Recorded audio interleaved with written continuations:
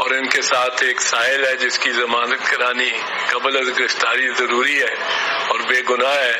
اور اس کو ملوث کیا جا رہا ہے. جج صاحب نے باقاعدہ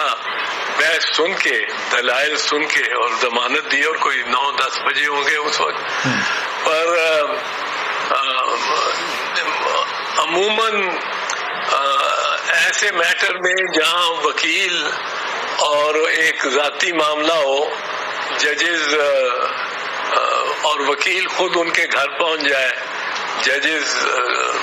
کر لیتے ہیں. میرے خیال میں ویسے ججز کو اس میں ضرورت ایسی نہیں تھی کہ 5 جج رات کو پہنچ جاتے, اور جس طرح کے امیجز آئے ہیں وہ بھی ذرا وہ اب ہمارے ہاتھ میں ایک نئی چیز ایک آ گئی ہے نا, یہ جو سوشل میڈیا ہے اور اس کے علاوہ جو یہ لینز ہے جو ہر کسی کے ہاتھ میں ہے, اس میں وہ دکھا رہے ہیں کہ وہ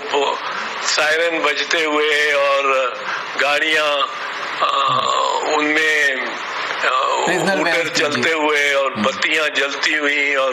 پولیس وین بھی وہاں ایک کھڑی ہے, پولیس ٹرک, پرزنرز ٹرک.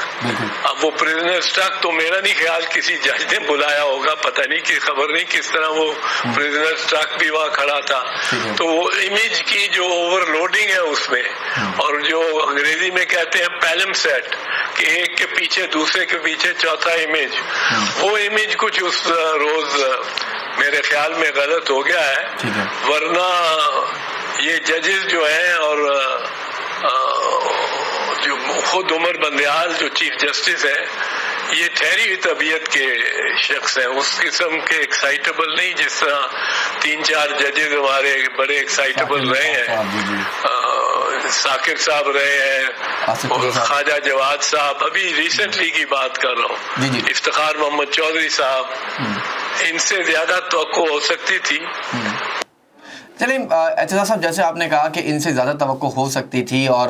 ججز کی آپ نے بات کی کہ عمر بندیال صاحب چیف جسٹس صاحب وہ تھوڑے سے ذرا نرم مزاج ہیں اور چیزوں کو بڑی پولائٹلی لے کے چل رہے ہوتے ہیں, اور ان کا عدالت میں ہم نے دیکھا بھی ہے کوریج کے درمیان بھی کہ ان کا مزاج بڑا یقینی طور پر بڑا سافٹ ہے. اب یہاں کیونکہ آئینی اگر ہم بات کریں, جیسے آپ نے بھی کہا کہ ایسا ماحول بنا دیا گیا, یا ماحول کس نے بنایا, ماحول کیوں بنایا جا رہا تھا, پرزنر وین کا آنا, سائرن بجتی ہوئی گاڑیوں کا ہونا, کیونکہ عدالت تو چلے اپنا کام کرے تھی, جیسے آپ نے بھی کہا کہ ماضی میں بھی عدالتیں کھلتی رہی ہیں اور وہ ہمیں تاریخ میں نظر بھی آتا ہے. لیکن جب آئینی اختیارات کی بات کی جاتی ہے تو یہاں یہ بات بھی واضح ہے کہ جو آئینی طور پر اختیار ہے وہ چیف جسٹس صاحب کا ہے کہ وہ عدالت کسی وقت بھی لگا سکتے ہیں, بینچ کسی وقت بھی تشکیل دی جا سکتی ہے, کوئی بھی وقت مقرر کیا جا سکتا ہے, یہ آئینی کام کی اگر ہم بات کریں. لیکن کیا آپ کو یقینی طور پر لگتا ہے, ویسے اگر تھوڑا سا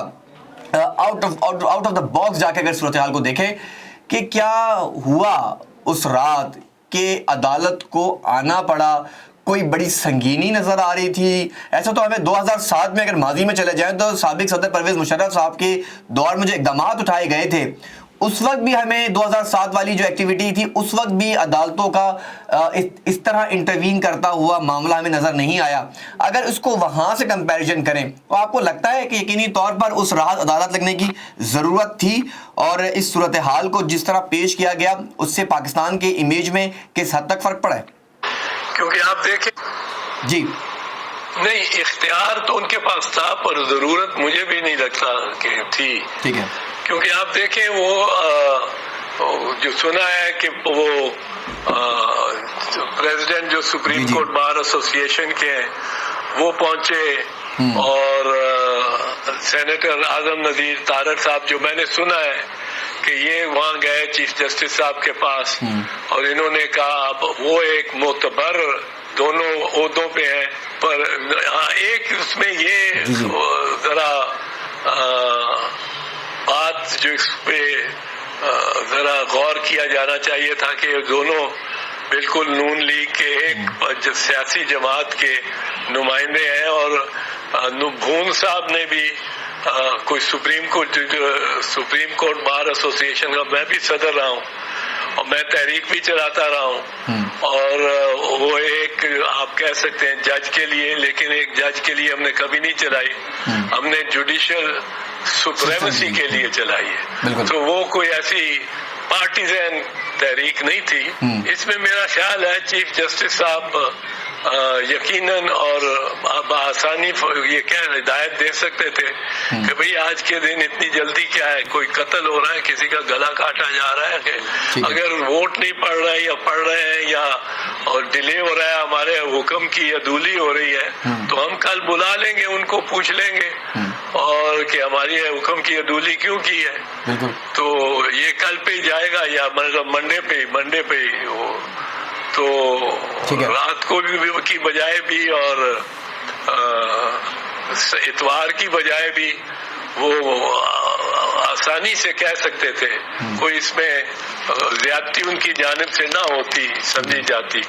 بلکہ زیادہ معمول کی بات یہ سمجھی جاتی کہ معمول کے مطابق ہے کہ چیف جسٹس صاحب نے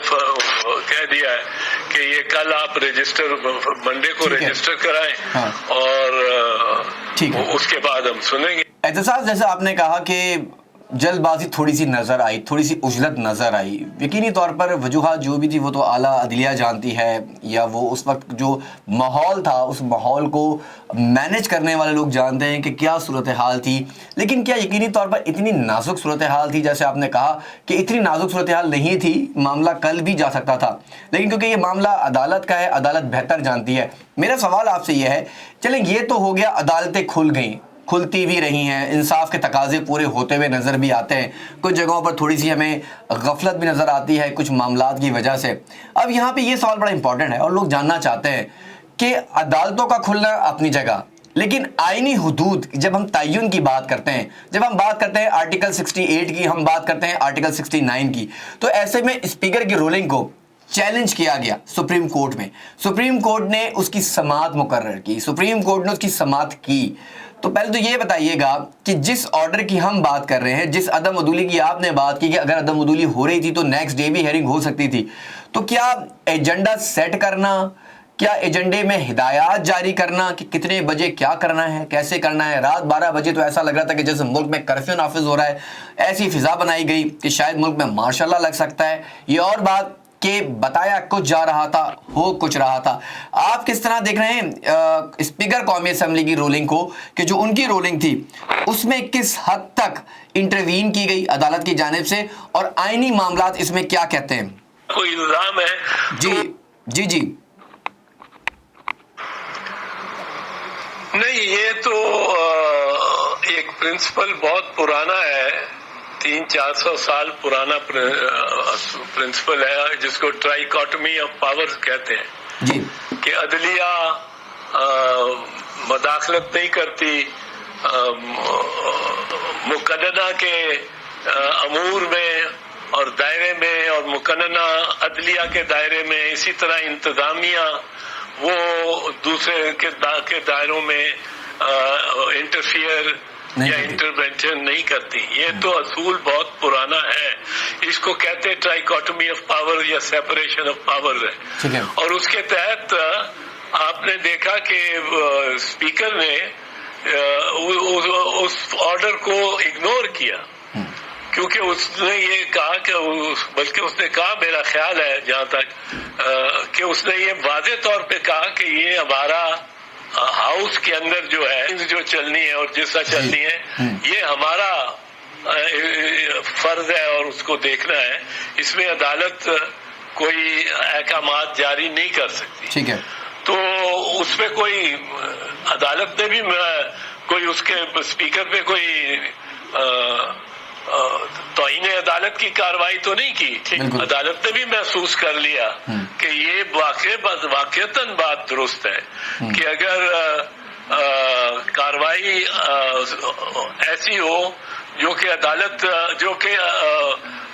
مقننہ یا لیجسلیچر سے ہی متعلق ہو اور اس کے اپنے ضابطوں کے مطابق یا ضابطوں کے خلاف ہو رہی ہو، یہ فیصلہ کرنا اسپیکر کا کام ہے. پر اگر وہ ضابطوں کی خلاف ورزی یا اس قسم کا کوئی الزام ہے تو ہائی کورٹ یا سپریم کورٹ اس میں نہ مداخلت کر سکتا ہے، نہ اس میں کوئی کردار ادا کر سکتا ہے. اور میرا خیال ہے اسی پہ آ کے بات ٹھہری ہے، اور بندیال صاحب نے کوئی ایکشن تو نہیں لیا. انہوں نے میرا خیال ہے تسلیم کر لیا کہ اسپیکر کا جو کی رولنگ جو ہے وہ درست ہے. اس نے رولنگ کے طور پہ دی یا شاید آبزرویشن کے طور پہ, مجھے یہ یاد پڑتا ہے, لیکن کہ اس نے یہ کہا کہ یہ ہمارا معاملہ ہے, کسی پوائنٹ آف آرڈر پہ اس نے غالباً. ٹھیک ہے, آپ نے بڑا زبردست طور پہ سے کلیئر کر دیا کہ جو باتیں ہم کر رہے ہیں مستقل طور پر رپورٹنگ بھی کر رہے ہیں, اور آپ نے بطور آئینی اور ماہر قانون ہوتے ہوئے بڑا کلیئرلی بتا دیا, کیونکہ جب آرٹیکل 68-69 کی بات کی جاتی ہے تو بار بار یہ لفظ اٹھائے جاتے ہیں, بار بار یہ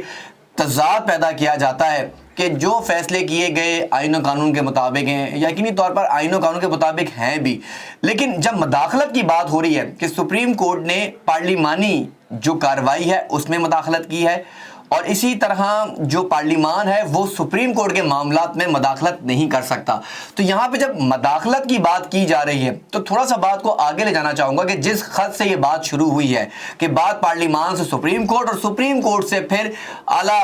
اداروں تک جا پہنچی ہے, تو یہ جو لفظ ہے مداخلت, کہ ایک خط آیا اور وہ خط لکھا گیا امریکہ سے جس کی تصدیق کی پاکستانی سفیر امجد مجید صاحب نے, اور انہوں نے واضح طور پر بتایا کہ پاکستان کو اوپن تھریٹس ہیں اور پاکستان کو یہ کہا گیا ہے کہ اگر عدم اعتماد کی تحریک کامیاب ہو جاتی ہے تو پاکستان کے لیے مشکلات ہوگی. اس کے بعد عمران خان صاحب قومی سلامتی کمیٹی کا اجلاس طلب کرتے ہیں, اس اجلاس میں اس خط کے مندرجات ڈسکس کیے جاتے ہیں اور پوری کمیٹی کو بلایا جاتا ہے, اپوزیشن کو دعوت دی جاتی ہے, لیکن اپوزیشن نہیں آتی. بہرحال جو ہوا آپ کے سامنے ہے. اس کے بعد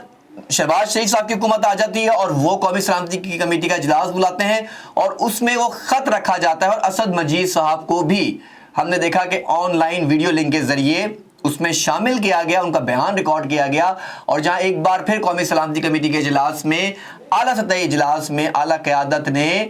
اس کی توثیق کی, اس کمیٹی کی جو پہلے بھی رہی تھی. تو یہ جو مداخلت ہے اور سازش ہے, اس میں کیا فرق ہے؟ عمران خان صاحب آج بھی اپنا بیانیہ جلسوں میں سازش اور مداخلت لے کے بڑھ رہے ہیں. موجودہ حکومت یہ کہتی ہے کوئی سازش نہیں ہے, لیکن مداخلت پر وہ بات نہیں کرتے. آپ کیا دیکھ رہے ہیں, کیا کہیے کہ مداخلت اور سازش میں جو فرق ہے اس سے پاکستان کو کیا فرق پڑا ہے؟ جی مداخلت ورسز سازش تو یہ تو سمپل لاجک کی بات ہے. دیکھو پہلے ہوتا ہے ارادہ. جی سر. ارادے کے بعد اس پہ عمل ہوتا ہے. ٹھیک ہے. ارادہ جو ہوتا ہے وہ ذہن میں ہوتا ہے, عمل جو ہوتا ہے وہ مطلب ایک خارجی حقیقت ہے. ٹھیک ہے. اب ارادہ اگر دو یا دو سے زیادہ لوگوں میں بنے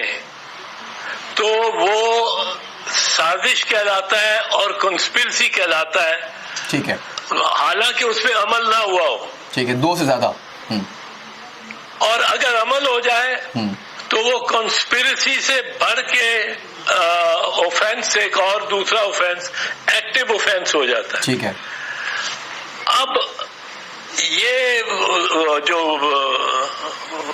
نیشنل سیکیورٹی کمیٹی کی میٹنگ ہوئی ہے, جی سر, اس کے پہلے جو منٹس ہیں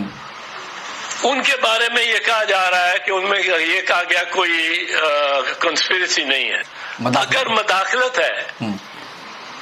تو اس سے پہلے کنسپیرسی ہوئی ہوگی. ٹھیک ہے. میٹنگ آف دا مائنڈز وہ پہلے ہوتی ہے, کے بعد اگلا سٹیپ ہوتا ہے of conspiracy, putting it into action. So اگر مداخلت ہے تو پھر کنسپیرسی بھی ہے. ٹھیک ہے. اور اگر مداخلت نہیں ہے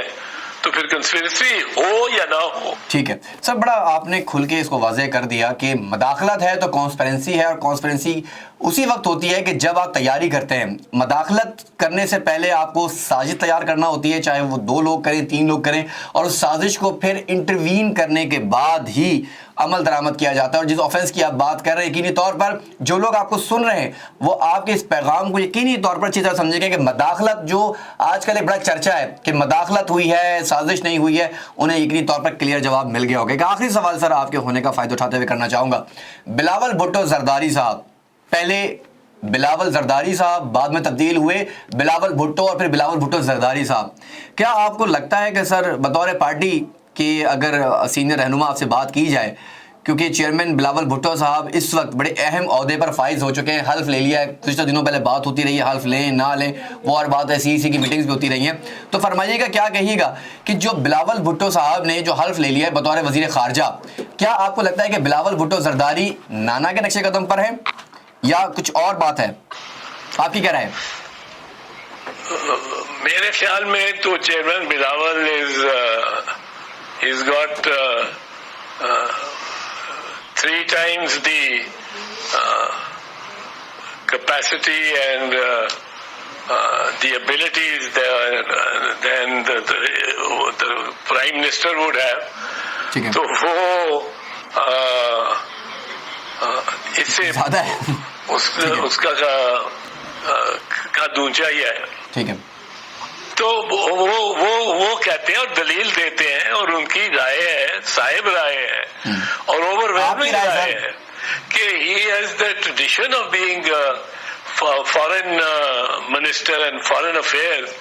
از ان ہز بلڈ. نانا سے لے کے نانے جیسا تو فارن منسٹر شاید پاکستان میں کو آیا ہی نہیں ہے. I think chairman Bilawal would make a very good foreign minister and Shehbaz Sharif as Prime Minister would be very proud to have Chairman Bilawal as foreign minister. Thank you sir, بہت شکریہ. ہمارے ساتھ موجود تھے ماہر قانون بیرسٹر اعتزاز احسن صاحب نے یقینی طور پر آج جو ملک بھر میں ایک بیانیہ بنا ہوا ہے سابق وزیر اعظم عمران خان صاحب کی جانب سے کہ مداخلت ہوئی ہے، سازش ہوئی ہے اور موجودہ حکومت اس کی تردید کرتی رہی ہے، اور بار بار کہا جاتا ہے امریکہ کے خلاف ہم کوئی بات نہیں کر سکتے، امریکہ کے ساتھ ہم کوئی ایسے الفاظ استعمال نہیں کر سکتے، اسٹریٹجک تعلقات خراب نہیں ہو سکتے، امریکہ سپر پاور اسے پہلے ماضی میں بھی تسلیم کیا گیا اور آج پھر موجودہ حکومت اسے تسلیم کرتی ہوئی نظر آتی ہے. دوسری جانب عمران خان صاحب جو کہ اپوزیشن کا کردار سڑکوں پر رہ کر ادا کر رہے ہیں، پارلیمان میں حکومت کو بالکل ٹف ٹائم دینے کے لیے کوئی اپوزیشن موجود نہیں ہے ماں سوائے ان بینچز پہ بیٹھے ہوئے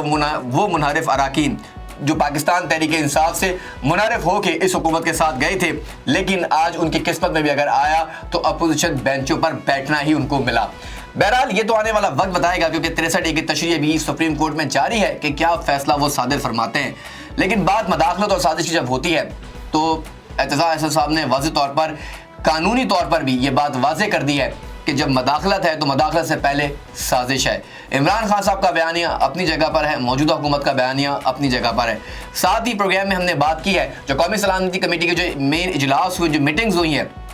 اس میں جو توثیق کی گئی ہے بار بار دونوں دفعہ مداخلت کی، وہ یقین دلاتی ہے اس بات کی کہ بیرونی سازش ہوئی ہے اور بیرونی طاقتوں نے کوشش کی پاکستان میں انٹروین کرنے کی، جسے ریاستی اداروں نے ناکام بنایا. اور موجودہ صورتحال میں جو کچھ بھی ہوتا رہا ہے، عمران خان صاحب کے جلسوں میں بھی جو الفاظ ادا کیے جا رہے ہیں، جو شہباز شریف صاحب جس وقت نظر آ رہے ہیں کہ وہ ریاستی اداروں کے ساتھ مل کر چلنا چاہتے ہیں، اور